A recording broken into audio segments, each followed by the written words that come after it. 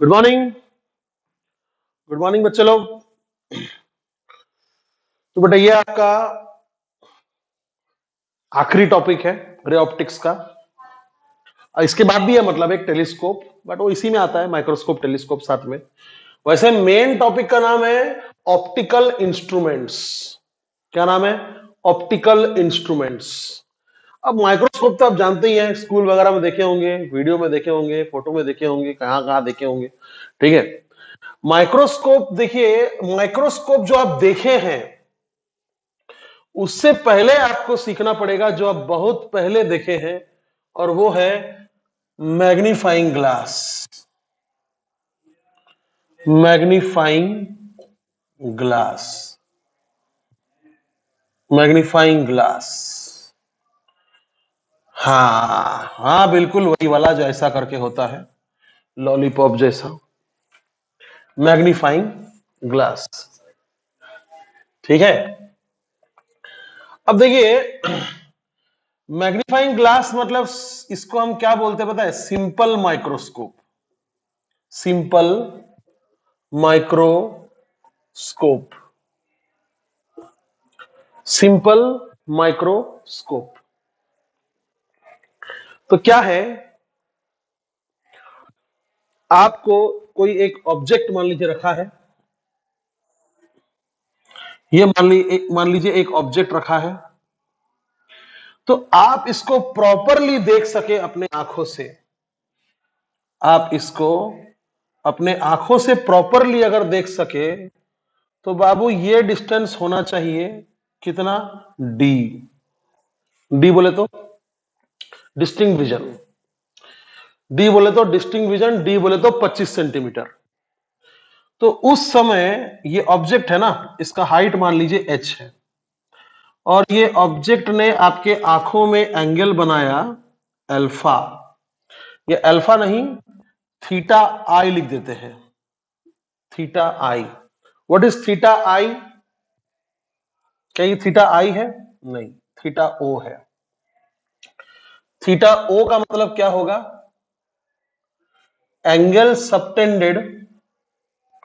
Angle subtended by object at eye. आंख पर object ने कितना एंगल सबटेंड किया? Theta naught. अच्छा क्या मैं थीटा नॉट को, टैन थीटा नॉट को एच बाई डी लिख सकता हूं? Perpendicular by base, h by D लिख सकता हूं? हाँ, लिख सकता हूं। और तो और आप जानते हैं कि ऑब्जेक्ट अगर छोटा है तो एंगल काफी कम होगा, है कि नहीं? कोई तारा और सूरज को तो नहीं देखना आपको। एंगल अगर छोटा है तो, ऑब्जेक्ट अगर छोटा है तो एंगल भी कम होगा, और अगर एंगल छोटा है तो tan theta is nearly equal to theta for small object. For small object small angle. चलिए, अब ये आपको उतने अच्छे से नहीं दिख रहा, तो आप क्या करोगे? दिख तो रहा है बोलना, बट ऑब्जेक्ट बहुत छोटा है, आप चाहते इसको बड़ा करके देखना है, तो आप क्या करोगे?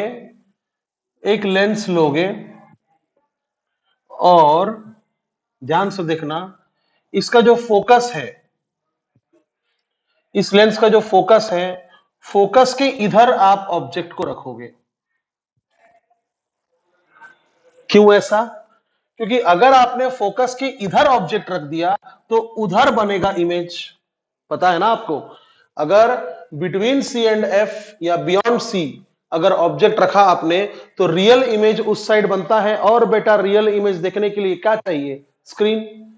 आपको डायरेक्ट आंखों से देखना है, तो डायरेक्ट आंखों से देखने के लिए इसका इमेज इसी साइड बनना चाहिए। तो मान लीजिए इसका इमेज बना, ये पैरेलल टू प्रिंसिपल एक्सिस गया, और ये फोकस से पार होगा ऐसा, और एक सी से पार कर दीजिए, तो इधर तो रेज मिलेंगे नहीं, इधर मिलेंगे, तो मिला दीजिए इधर,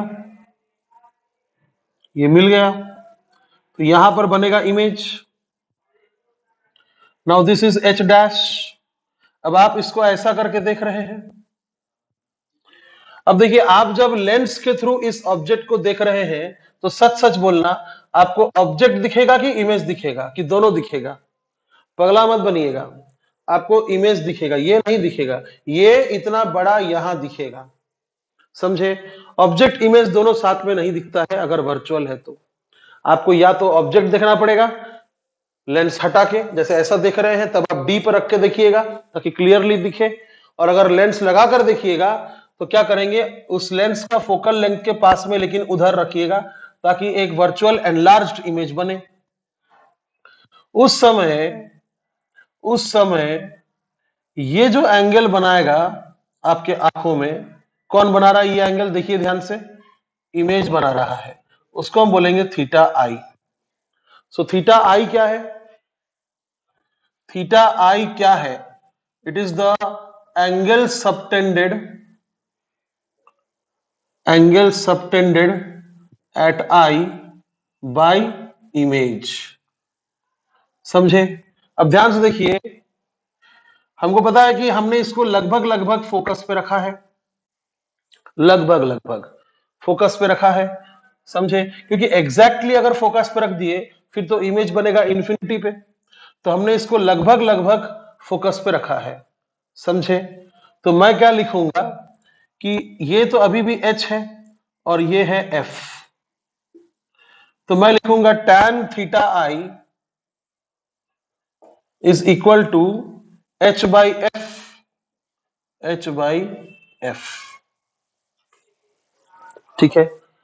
और it is nearly equal to theta I. So object के द्वारा कितना एंगल सबटेंड हुआ? h by D.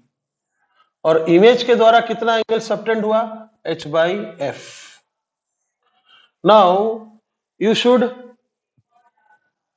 No a formula which is angular magnification. क्या है फॉर्मूला? Angular magnification. काफी इंपॉर्टेंट फॉर्मूला है, यहां देखिए, एंगुलर मैग्निफिकेशन,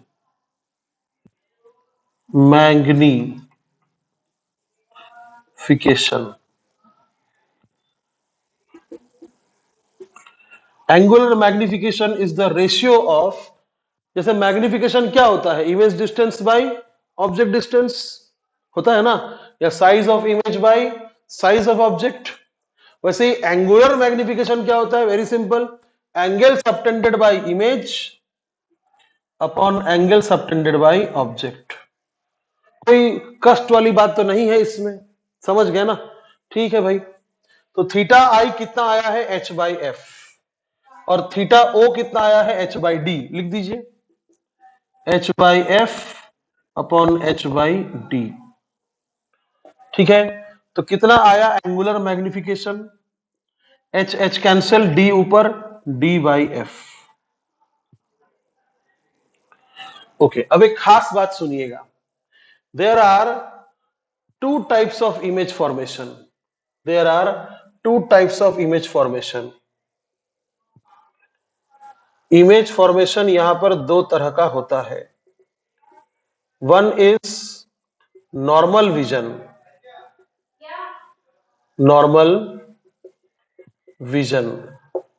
नॉर्मल विजन का मतलब होता है कि ऑब्जेक्ट का जो इमेज बनेगा वो इंफिनिटी पे बनेगा। इसका मतलब क्या है? आपके आंखों में स्ट्रेस कम पड़ेगा, आपके आंखों में स्ट्रेस कम पड़ेगा, समझे? तो नॉर्मल विजन का मीनिंग क्या है? इसका मीनिंग है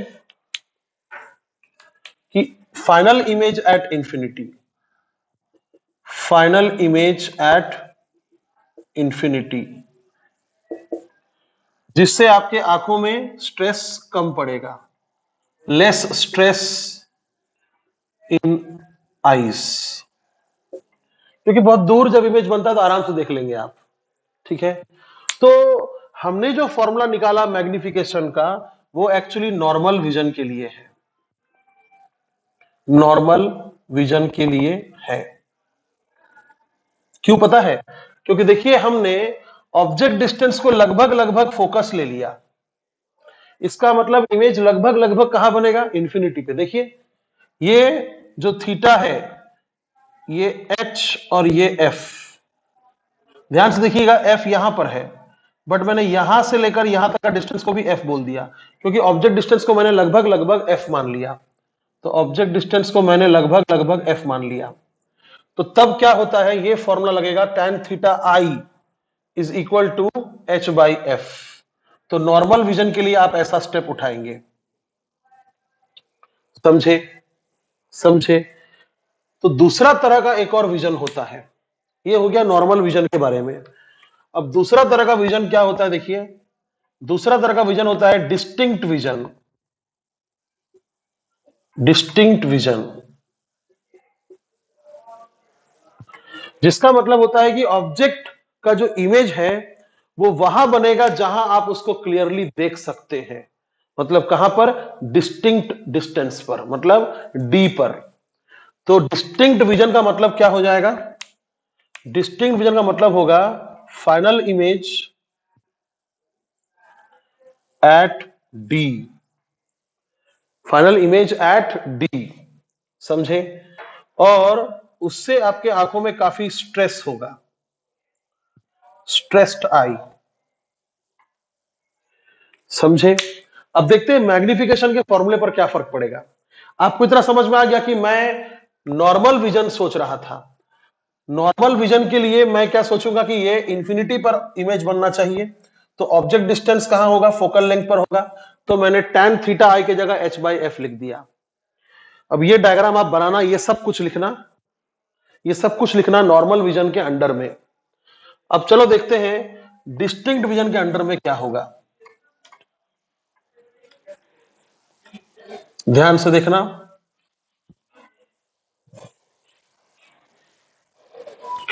देखो, जब नेकेड आई से देखोगे, अनएडेड आई से जब देखोगे तब तो यही डायग्राम बनेगा, लेकिन जब तुम लेंस से देखोगे तो तुम्हारा जो इमेज है वो बनना चाहिए डी पर, बड़ा बनना चाहिए ऑफ कोर्स, और जो इमेज बनना चाहिए डी पर। अब ये मान लो फोकल लेंथ है, तो ऑब्जेक्ट डिस्टेंस जो होगा उस समय फोकल लेंथ के बराबर नहीं होगा। ऑब्जेक्ट जो डिस्टेंस होगा उस समय फोकल लेंथ के बराबर नहीं होगा। तो डिस्टिंक्ट विजन में क्या हो जाता है? U is not equal to F, और नॉर्मल विजन में क्या हो जाता है? U is nearly equal to F। समझे? तो इस तरह से जो आप देख रहे हैं,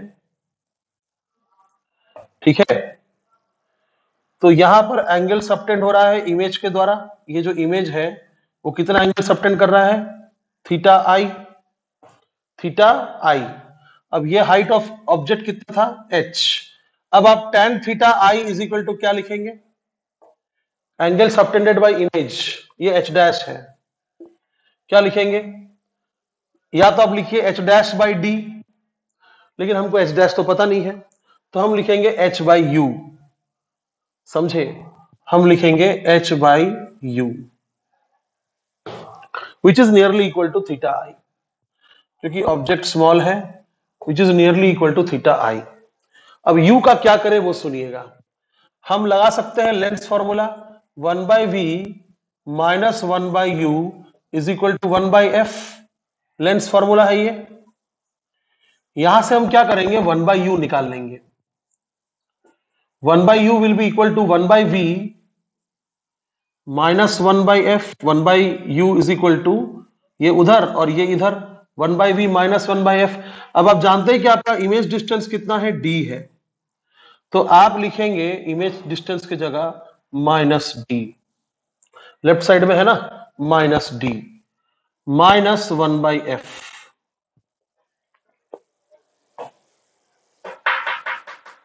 आई बात समझ में? क्या मैंने सही किया? 1 by we minus 1 by f is equal to 1 by u, और 1 बाई वी की जगह मैंने लिख दिया 1 बाई माइनस डी। बढ़िया। तो मुझे मिल रहा है minus common 1 by d plus 1 by f, ये मुझे मिल रहा है 1 by you.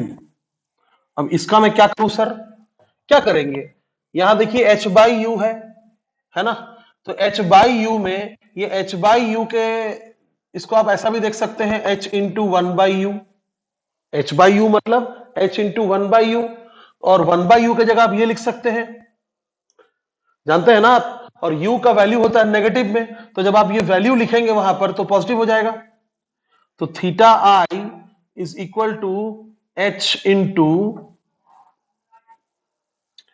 One by u, और वन बाई यू ये है, तो one by d plus one by F,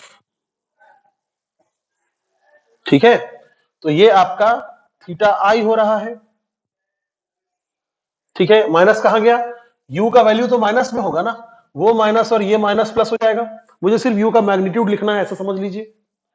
तो अब मैं देख रहा हूं कि एंगुलर मैग्निफिकेशन का फॉर्मूला तो वही है, angle subtended by image by angle subtended by object, तो angle subtended by image by angle subtended by object, image ने ये एंगल बनाया, तो h इंटू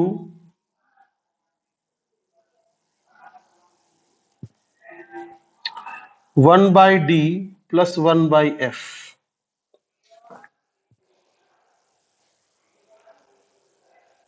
ठीक है, और एंगल सबटेंडेड बाई ऑब्जेक्ट क्या था, h by D, h by D, अब h h कैंसिल, और आप इसको थोड़ा सॉल्व करो, देखो क्या आ रहा है, तो m इज इक्वल टू क्या आ रहा है, इसका एलसीएम होगा जो नीचे लिखाएगा d इंटू एफ, एलसीएम, और ऊपर हो जाएगा d प्लस एफ, और ये जो d है ये जाएगा ऊपर, और ये d कैंसिल हो गया, हो गया, उसके बाद d by F plus F by F, F by f is one and plus d by F, so this is the formula of angular magnification in case of distinct vision,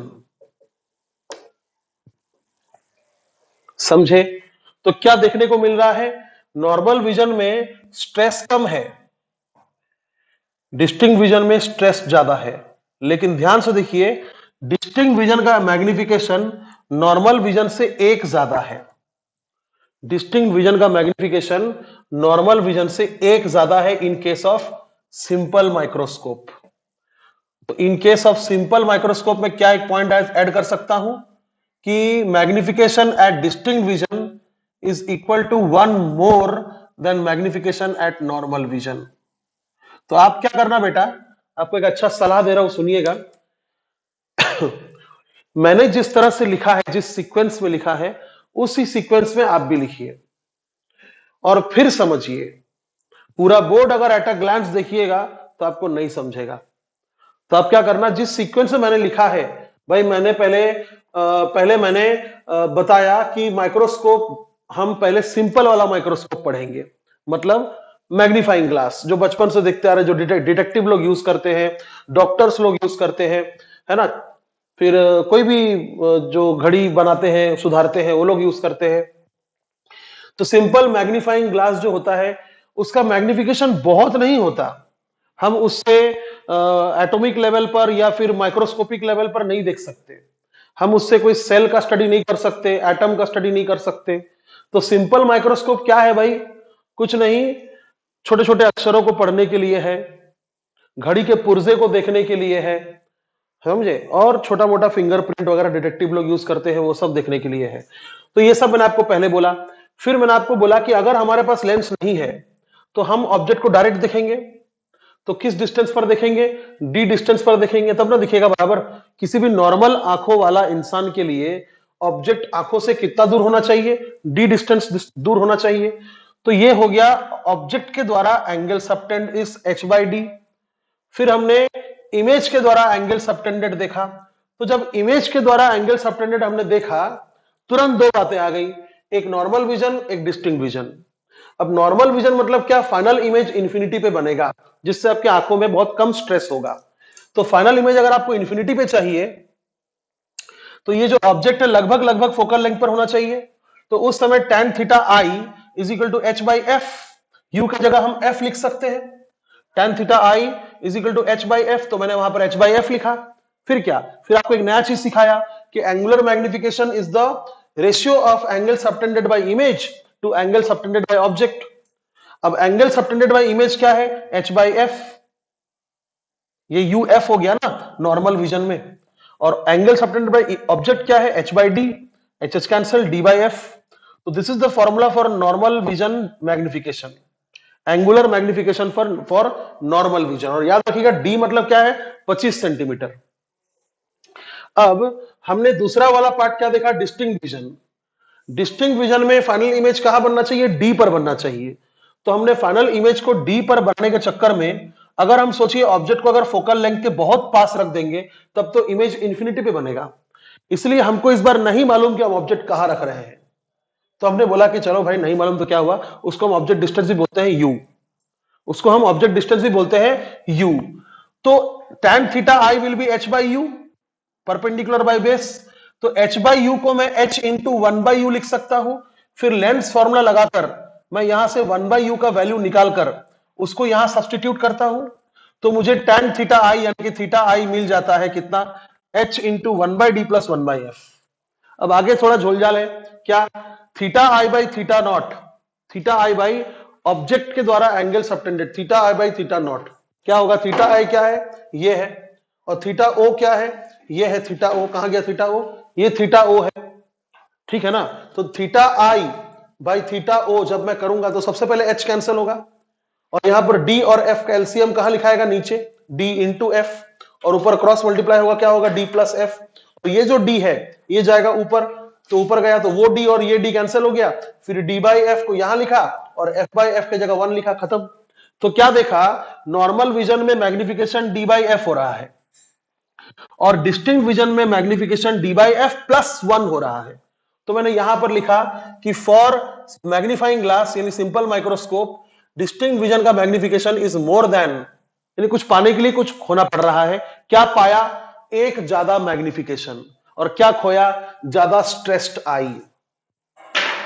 ये हो गया आपका सिंपल माइक्रोस्कोप, समझे।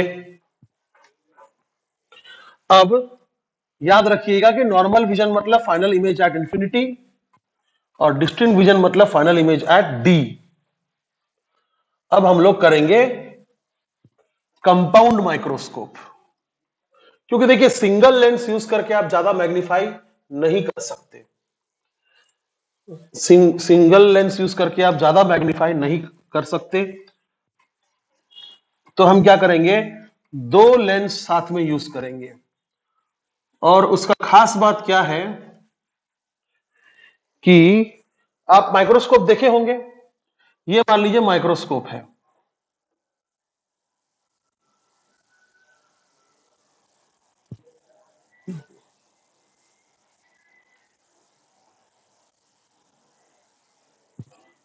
एक rough diagram मैंने बनाया, ये मान लीजिए माइक्रोस्कोप है, यहां पर रखते हैं ऑब्जेक्ट, ऑब्जेक्ट का स्लाइड बनाकर यहां पर रखते हैं।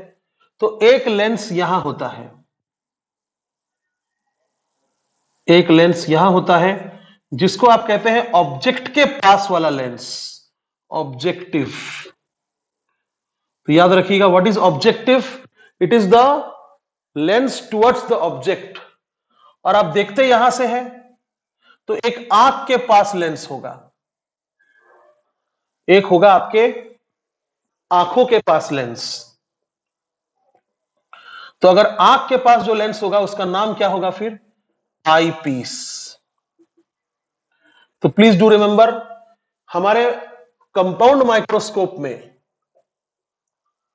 हम दो लेंस यूज करेंगे, एक ऑब्जेक्टिव जिसका फोकल लेंथ को हम एफ ओ बोलेंगे, और एक आई पीस जिसका फोकल लेंथ को हम एफ ई बोलेंगे। डन। बस डायग्राम देखिए और देखिए क्या क्या होता है। ये बना दिया मैंने अपने मन से पहले प्रिंसिपल एक्सिस, फिर मैं क्या करूंगा, एक लेंस बनाऊंगा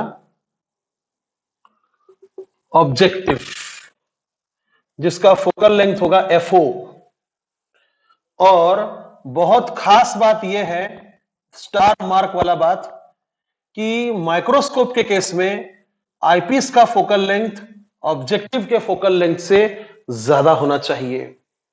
टेलीस्कोप में उल्टा है, समझे। माइक्रोस्कोप के केस में आईपीस का फोकल लेंथ ऑब्जेक्टिव के फोकल लेंथ से ज्यादा होना चाहिए। ऐसा क्यों, वो भी आपको समझ जाएगा। तो मान लीजिए ये इसका फोकल लेंथ हो गया, मान लीजिए यहां पर इधर लेफ्ट वाला फोकल लेंथ FO1 और ये राइट वाला फोकल लेंथ हो गया FO2। ठीक है, FO1 पहला फोकल लेंथ, FO2 दूसरा फोकल लेंथ इसी का। अब मैं आईपीस बनाऊंगा बाद में, पहले मैं ऑब्जेक्ट बनाऊंगा। ध्यान से देखिएगा बच्चे लोग, ध्यान से। अगर मैंने फोकल लेंथ और ऑप्टिकल सेंटर के बीच में ऑब्जेक्ट बनाया अगर, तो उसका इमेज इधर ही बन जाएगा, वर्चुअल एंड इरेक्ट, पता है आपको। तो अगर इस साइड इमेज बनेगा तो यहां पर लेंस रख के क्या फायदा। इसका मतलब क्या हुआ कि आपको फोकस के इधर रखना है इमेज ऑब्जेक्ट को। अगर ये फोकस है, if this is the focus, then आपको फोकस के इधर रखना है ताकि इमेज उधर बने, रियल एंड इन्वर्टेड। तो इसका मैं एक इमेज बना लेता हूं।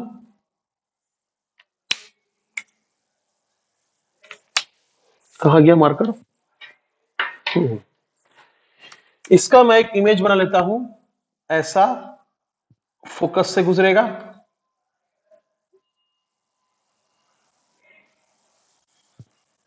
ये इसका दूसरा फोकस है,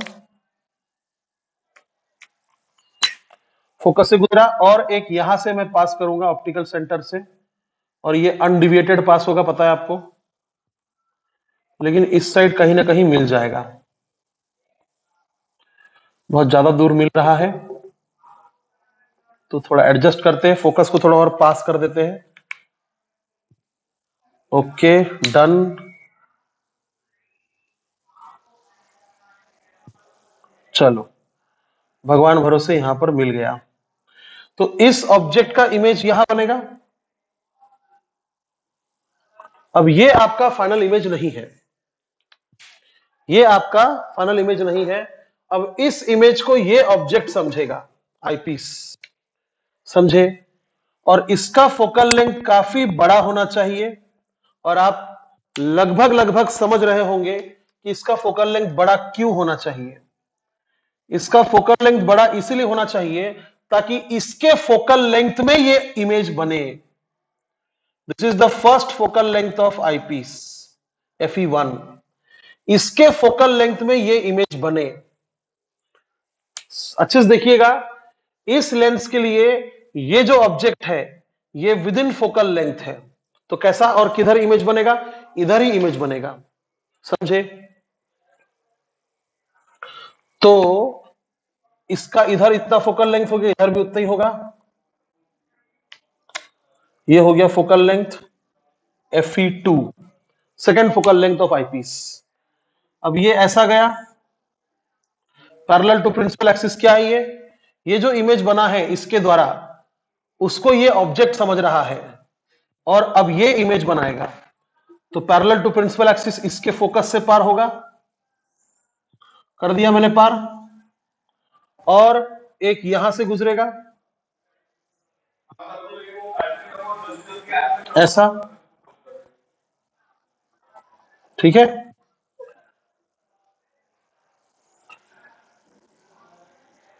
थोड़ा मैनिपुलेट किया मैंने ताकि देखने से लगे भाई कि ये रेज इधर नहीं मिलेंगे, ये रेज इधर नहीं मिलेंगे, तो किधर मिलेंगे। आप इसको बैक ट्रेस करो, आप इसको बैक ट्रेस करो, इसको पीछे प्रोड्यूस करो इस तरह से, और इसको प्रोड्यूस करो ऐसा, ठीक है। तो ये ऐसा करके करके करके करके करके करके ये मान लो यहां पर मिला। अब इतना बड़ा बोर्ड है, फायदा तो उठाऊंगा मैं। यहां पर मिला और पीछे बनता, लेकिन मैंने एडजस्ट कर दिया। तो फाइनल इमेज आपका यहां पर बन रहा है, यहां पर ऐसा। ये आपका फाइनल इमेज हो जाएगा। तो अगर मान लीजिए ये ए बी है तो ये ए डैश बी डैश है, और ए इसका सर पे है तो ए भी सर पे होना चाहिए, और बी पूंछ पे है। सिमिलरली ये हो जाएगा आपका a double dash b double dash. समझे? अब देखने वाला कहां से देख रहा है? यहां से देख रहा है। सोचिए ये छोटू सा ऑब्जेक्ट कितना बड़ा हो गया, देखिए कंपाउंड माइक्रोस्कोप यूज करके। समझे? अब इसका फोकल लेंथ मान लीजिए FE है। FE1 FE2 क्या है? दोनों साइड का फोकल लेंथ है। ठीक है। अब यहां पर एक बहुत इंपॉर्टेंट बात आएगा, वो है tube of length. Tube of length जिसको हम L से डिनोट करते हैं। तो माइक्रोस्कोप के केस में ट्यूब ऑफ लेंथ मतलब लेंथ का ट्यूब नहीं, ट्यूब ऑफ लेंथ का मतलब हो जाता है माइक्रोस्कोप के केस में the distance between the second focal length of objective and the first focal length of eyepiece. Distance between the second focal length of objective, ये ऑब्जेक्टिव का सेकेंड फोकल लेंथ है, देखिए इधर फर्स्ट फोकल लेंथ है, इधर second focal length है, और ये आईपीस का फर्स्ट फोकल लेंथ है। तो distance between the second focal length of objective and the first focal length of eyepiece को आप बोलते हैं ट्यूब लेंथ। अब देखने वाला देख रहा है इधर से, तो एंगुलर मैग्निफिकेशन ऑफ ऑब्जेक्टिव का फॉर्मूला क्या होगा? देखिए, this is the height of object H and suppose this angle is alpha, this angle will also be alpha according to वो vertically opposite angle। अच्छा, अगर मैं यहां पर एक स्ट्रेट लाइन बनाऊं तो इसका लेंथ भी H होगा, H के बराबर होगा। ठीक है, ओके। अब सुनिए, मैं पहले पढ़ा रहा हूं आपको for normal vision, normal vision, और फिर देखेंगे हम लोग फॉर डिस्टिंक्ट विजन। ठीक है। अब नॉर्मल विजन के बारे में आप क्या जानते हैं कि object formed at image formed at infinity. Normal vision में ये इमेज कहां बनना चाहिए? इंफिनिटी पर बनना चाहिए। ध्यान से देखिएगा, इस इमेज को किसने बनाया है? इसने बनाया है, इस लेंस ने बनाया, आईपीस ने बनाया है। आईपीस ने इस ऑब्जेक्ट का इमेज यहां बनाया है बड़ा सा। तो अगर आईपीस या आप चाहते हैं अगर कि विजन नॉर्मल हो, मतलब फाइनल इमेज इंफिनिटी में हो, फाइनल इमेज इंफिनिटी में हो, अगर आप चाहते हैं ऐसा, इस लेंस के लिए ये इमेज है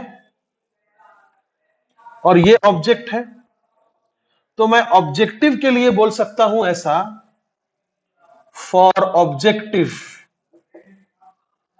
ऑब्जेक्टिव के लिए मैं बोल सकता हूं कि m is equal to h dash by h, height of image upon height of object. Okay fine. अब देखिए, अगर आप ध्यान से देखिएगा, ये एंगल और ये एंगल सेम है। मान लीजिए ये है बीटा, ठीक है, ये एंगल और ये एंगल सेम है, तो tan beta is equal to this by this. अब ये क्या है? जो ये है यानी h, और ध्यान से देखिए ये क्या है? अरे ये तो फोकल लेंथ है, ये तो फोकल लेंथ है। तो tan beta is equal to इस ट्रायंगल में मैं बोल सकता हूं h बाई एफ ओ। तो मैं बोल सकता हूं नाउ अतः tan beta is equal to h by f o, h by f o. अब ध्यान से देखिएगा, इधर से भी मैं tan बीटा निकाल सकता हूं, which is h dash by l, है ना? अरे भाई, नॉर्मल विजन में इसको यहां, नॉर्मल विजन में इसको, इस इमेज का इंफिनिटी में इमेज बनाने के लिए आप इसको कहां चाहेंगे? इस लेंस के फोकल लेंथ के पास यहां चाहेंगे। तो tan beta is equal to क्या होगा, h डैश, जहां आप चाहेंगे h डैश बाई एल। तो tan beta is also equal to h dash by l. वाह रे वाह, हमें चाहिए था h डैश बाई h, हमको यहां से मिल गया। तो यहां से मैं लिख सकता हूं कि h dash by h is equal to l by f o. h dash by h is equal to l by f o, जब मैं नॉर्मल विजन का देख रहा हूं तब। तो h डैश बाई h कितना आया, l बाई एफ ओ। अब ये हुआ ऑब्जेक्टिव का मैग्निफिकेशन। अब आपको चाहिए आईपीस का मैग्निफिकेशन फॉर आईपीस। बहुत खुशखबरी वाली बात है ये कि आईपीस का मैग्निफिकेशन निकालने के लिए कि हमको कोई सेपरेट कैलकुलेशन करने की जरूरत नहीं है। ध्यान से देखिएगा, सिंपल माइक्रोस्कोप ने जिस तरह से ऑब्जेक्ट का फाइनल इमेज बनाया था, उसी तरह से आईपीस भी इस ऑब्जेक्ट का एक फाइनल इमेज बना रहा है। यानी सिंपल माइक्रोस्कोप में जो आपका नॉर्मल विजन में मैग्निफिकेशन का फॉर्मूला आया था, सिंपल माइक्रोस्कोप में नॉर्मल विजन के केस में जो आपका मैग्निफिकेशन का फॉर्मूला आया था, वही फॉर्मूला आप कंपाउंड माइक्रोस्कोप में आईपीस के लिए दे सकते हैं। तो for normal vision you very well know that कि magnification was d by f. अब ये आईपीस है, तो magnification of eyepiece is equal to d by focal length of eyepiece. तो आपको मिल गया मैग्निफिकेशन ऑफ ऑब्जेक्टिव और आपको मिल गया मैग्निफिकेशन ऑफ आईपीस। अब क्या करना, अब कुछ नहीं, आप सिस्टम का मैग्निफिकेशन निकाल सकते हैं। और याद रखिएगा सिस्टम का magnification is equal to multiplication of magnifications of all the individual lenses. Yes, तो total magnification is equal to मोमी, इसका मैग्निफिकेशन इंटू इसका मैग्निफिकेशन। तो कितना आ रहा है magnification, d by sorry l by f o, l by f o, और एमई कितना आया magnification of eyepiece, d by f e. So this is the formula for magnification of compound microscope for normal vision. अब आएगा distinct vision. Normal vision में आपने क्या किया, इस इमेज को आपने यहां बना दिया, यहां इसके फोकस पे बना दिया, ताकि आप फाइनल इमेज इन्फिनिटी पे बना सको। लेकिन अगर मैं डिस्टिंक्ट विजन का पढ़ता हूं, तो फाइनल इमेज एट डी, उस केस में मैं इस डिस्टेंस को इग्नोर नहीं कर सकता। समझे, उस केस में मैं इस डिस्टेंस को इग्नोर नहीं कर सकता और मैं ये सब नहीं कर सकता। ये कर सकता हूं।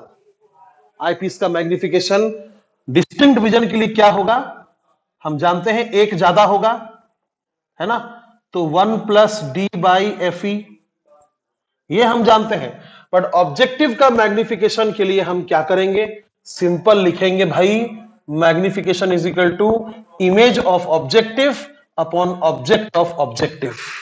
ऑब्जेक्टिव का इमेज डिस्टेंस अपॉन ऑब्जेक्टिव का ऑब्जेक्ट डिस्टेंस, यही फॉर्मूला है ना, वीओ बाई यूओ। तो बस और कुछ नहीं करना है, फिर यही करना है फाइनली कि what is the magnification of microscope in case of distinct vision, it will be v o by u o. Question में दिया रहेगा कि भाई इतना ऑब्जेक्ट डिस्टेंस है, आप इसके फोकल लेंथ के हेल्प से इमेज डिस्टेंस निकाल लेना, उसको वीओ के ऊपर पुट करना, ऑब्जेक्ट डिस्टेंस यहां पुट करना, और ये जिंदाबाद। समझे, तो ये रहा फॉर डिस्टिंक्ट विजन और ये था फॉर नॉर्मल विजन। क्या था नॉर्मल विजन में, m is equal to m o था एल बाई एफ ओ और ये था डी बाई एफ ई। तो ये नॉर्मल विजन के लिए फॉर्मूला है, ये डिस्टिंक्ट विजन के लिए फॉर्मूला है। और याद रखिएगा what is tube length, it is the distance between the second focal length of objective and the first focal length of the eyepiece. देखिए बहुत ज्यादा पेचीदा नहीं है, आप इतना समझो कि नॉर्मल विजन का मतलब क्या है, image form, final image formed at infinity. तो अगर आप फाइनल इमेज इंफिनिटी पे चाहते हैं तो इसने जो इमेज बनाया है वही इसके लिए ऑब्जेक्ट का काम कर रहा है। तो ये इस ऑब्जेक्ट का इमेज इंफिनिटी पे कब बनाएगा, जब ये ऑब्जेक्ट इसके फोकस पे रहेगा यानी यहां रहेगा, उस समय tan beta is F H dash by L and tan beta इधर से h बाई एफ हो, दोनों इक्वेट कर दिया तो इसका मैग्निफिकेशन मिल गया था। और इसको आप एक सिंपल लेंस की तरह ट्रीट करते हुए नॉर्मल विजन में आप लिखोगे डी बाई एफ ई, और डिस्टिंक्ट विजन में सिंस आप को पता है कि final image will be at d, final image will be at d, तो उस समय इसका इमेज को फोकस पे नहीं रखेगा, क्योंकि उसने अगर इसका इमेज को फोकस पे रख दिया, अगर रख दिया तो ये फिर से इमेज कहां बना देगा, इंफिनिटी पे। तो इस बार मैं ऐसा बोलूंगा कि यहां से लेकर यहां तक है वीओ और इधर है यूओ, दैट्स ऑल। तो कल करेंगे हम लोग टेलीस्कोप, आज तो नहीं कर पाएंगे। याद रखिएगा कि कंपाउंड माइक्रोस्कोप में आईपीस का फोकल लेंथ ऑब्जेक्टिव के फोकल लेंथ से ज्यादा होता है।